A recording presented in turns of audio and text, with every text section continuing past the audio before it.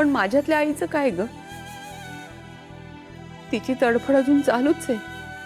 तू तू एक घास खाऊन घे. आई खाते ग मी, खाते. हे बघ, हे बघ.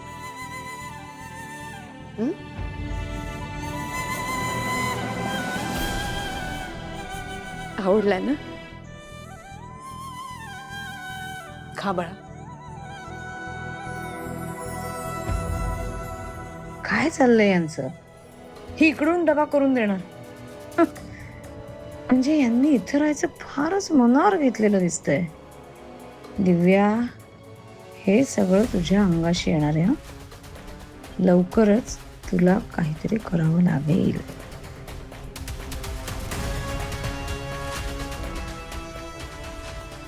आलेच मी.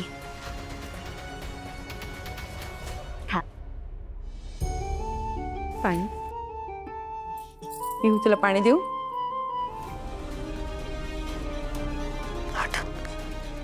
हॅलो हॅलो सीमा, कसं डायरेक्ट कसा काय फोन करू शकतेस तू? आपलं ठरलं होतं ना की आधी मेसेज करून सांगायचं.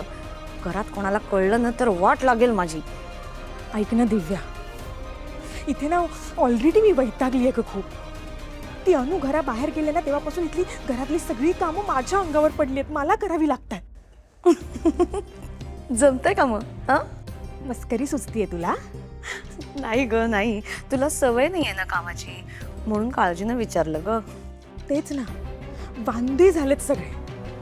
मी ना काम करते दिव्या, कामासाठी एखादी बाईच लावून घेते. असंही ते अविनाश भाऊजी इतक्यात अनुला घरी परत घेऊन येतील असं वाटत नाही. आणि तोपर्यंत हा घरचा पसारा मी आवरायचा. अजिबात नाही, मी कामाला बाई लावून टाकते.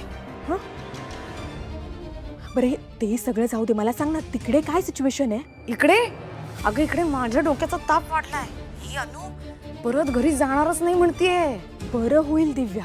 मी काय म्हणते दिव्या, तू ना सतत ना असं आगीत तेल ओतत राहा, तिला भडकवत राहा, म्हणजे ती अनु ना आमच्या घरी परत नाही आली पाहिजे. सीमा सीमा, तुझा प्रॉब्लेम काय आहे नेमका? नाही म्हणजे एकीकडे तू म्हणतेस मला सगळं एकटीला कामं करावी लागतात आणि भाऊजी तिला आणत नाहीयेत, पण मग तुझा प्रॉब्लेम काय? ती घरात यायला हवी आहे की नकोय? हा, आणि काय ग शाणे, हे एक बरं आहे. नाही म्हणजे स्वतःच्या घरचं लोणनं तू आमच्याकडे आणून टाकलंस. माझी सिच्युएशन काय होती इकडे, मला किती त्रास होतोय. नाही तुला माहिती आहे ना, भावाला आणि बापाला किती लाडकी येते. इकडची काडी तिकडे उचलून देणार नाही, मला करावी लागतील ना सगळी कामं. अगं मग कामाला बाई लाव ना तू पण, हवं तर मी पैसे देते. एक्सक्यूज मी सीमा, अगं तू जेवढा पगार देशील ना त्याच्यापेक्षा दुप्पट पगार मी देऊ शकते. हां, पण मुद्दा वेगळा आहे.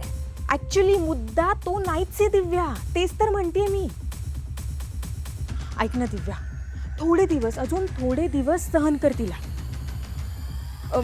मला खूप काय काय करायचंय. ऑलरेडी मला प्लॅन सुचलाय. हां हां, सांग सांग, बोल बोल. काय?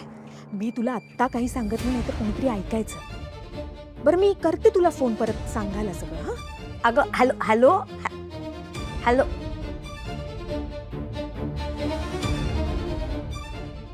अशी काय ही? फोन कशा करता केला होता? प्लॅन काही सांगितलंच नाही आणि म्हणे थोडे दिवस सहन कर. माय फुट, मी नाही सहन करणार. सहन मी अनुला करायला लावणार.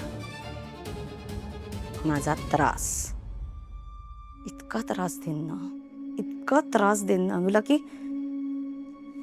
तिला हे घर सुद्धा राहणार नाही.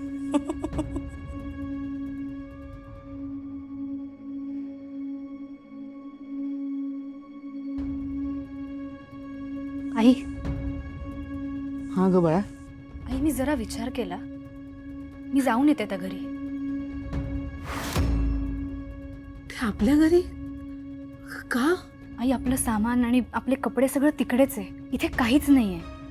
ते आणावं लागेल ना. याचा विचारच नाही केला मी. पण पिऊ, तू एकटी कशी, म्हणजे जमेल का तुला? पिऊ एक काम कर ना, तू मामाला घेऊन जा ना सोबत. नाही नाही, उगाच मामाला माझ्यामुळे त्रास नको, मी जाईन एकटी. ठीक आहे अगं, पण अगं मामा तिकडे आला आणि बाबा घरी असतील तर उगाच वाद होतील. त्यात तुला माहिती आहे ना आजी कशी आहे, त्यापेक्षा नकोच. मी डायरेक्ट टॉटोने जाते आणि येते, मला काहीच त्रास होणार नाही. ठीक आहे पिऊ. मी मी प्रथमसाठी डबा करून देऊ का?